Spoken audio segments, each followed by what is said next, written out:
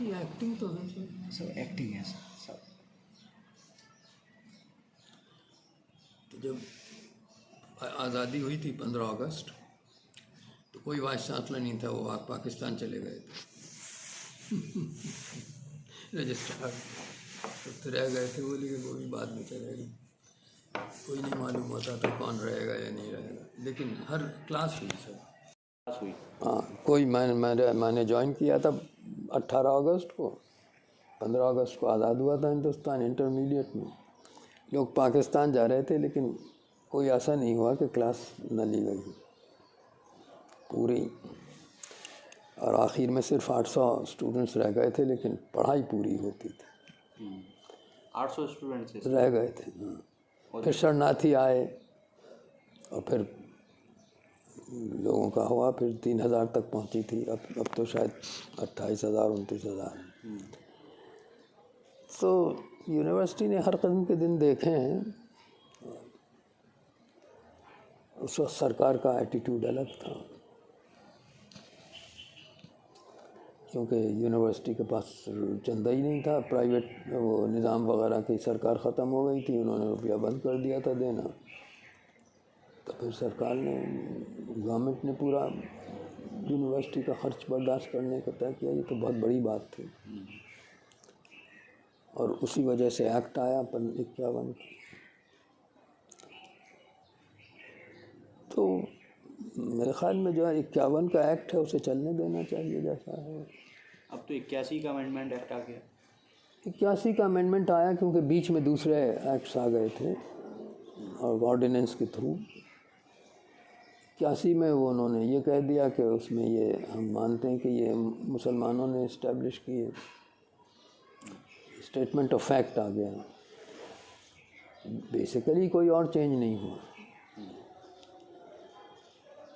لیکن بہرحال یہ کہ مسلمانوں کی کوئی اس سے کنیکشن ہے, یہ تو اسٹیبلشڈ ہے, کیونکہ کورٹ میں بھی وہ کہتے ہیں scholars of Muslim learning, Islamic learning کو ہونا ہے.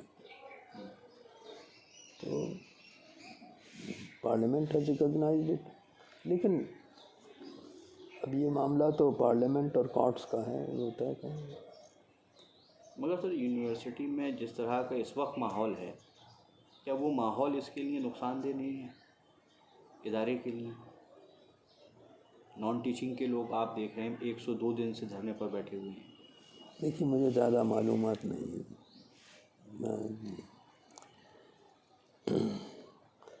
امپلائیز کے بہت سی مانگیں ہوتی ہیں, ان کا ہڑتال بھی ہوتی ہے اور چیزیں بھی چلتی ہیں. یہ تو ہماری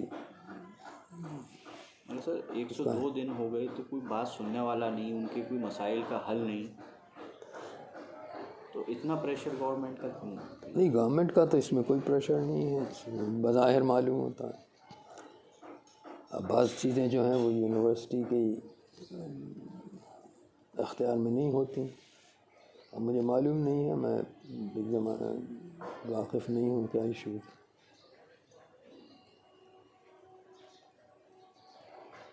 آپ نے سر ابھی ایک چیز کہی کہ یونیورسٹی خالی ہو گئی جب آزادی ہوئی, تو یہاں کے لوگ سب جا رہے تھے پاکستان جا رہے تھے, تو کیا علی گڑھ کا ایک رول تھا اس وقت مطالبہ پاکستان میں؟ نہیں, پوری یو پی سے جا رہے تھے. پوری یو پی سے وہاں سے لوگ آ رہے تھے, جگہیں خالی ہو رہی تھیں.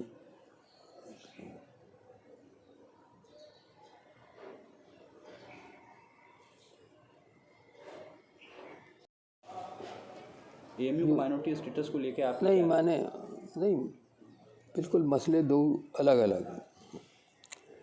کہ اے ایم یو میں مسلمانوں کی تعلیم پر توجہ ہونا چاہیے, اس میں دو رائے نہیں ہے. میں ایک مضمون بھی لکھ چکا تھا ایک زمانے میں, جس پہ لوگوں کو اتفاق نہیں ہوا کہ بھائی آپ 50% مسلمانوں کا کر دیجیے ایڈمیشن کا. بہرحال وہ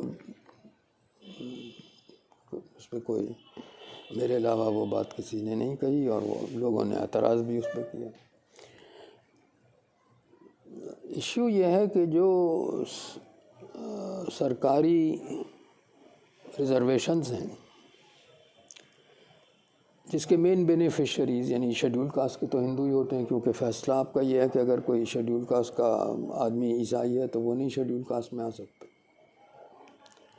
تو بائی ڈیفینیشن ہندو ہے۔ پھر دوسرا کاسٹ ریزرویشن ہے، وہ کوئی 90% ہندو ہے۔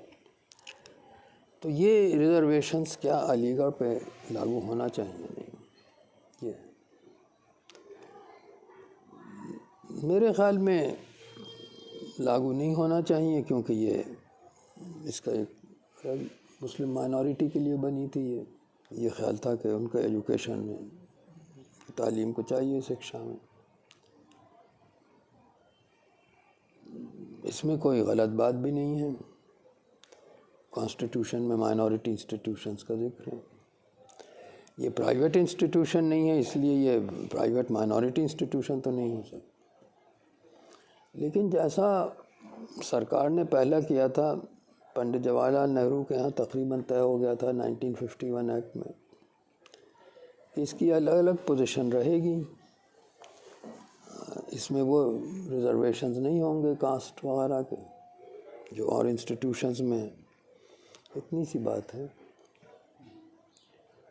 سر، یونیورسٹی کہا جا رہا ہے پوری طرح سے ایڈ ہاک چل رہی ہے، کوئی بھی پوسٹ اس وقت یونیورسٹی کے اندر فلفل نہیں کر رہی، تو کیا یونیورسٹی کے لیے یہ ایک ہیلدی یونیورسٹی کے لیے اچھی بات ہے؟ نہیں، یہ اس کے بارے میں نہیں کہہ سکتا، مجھے معلومات نہیں۔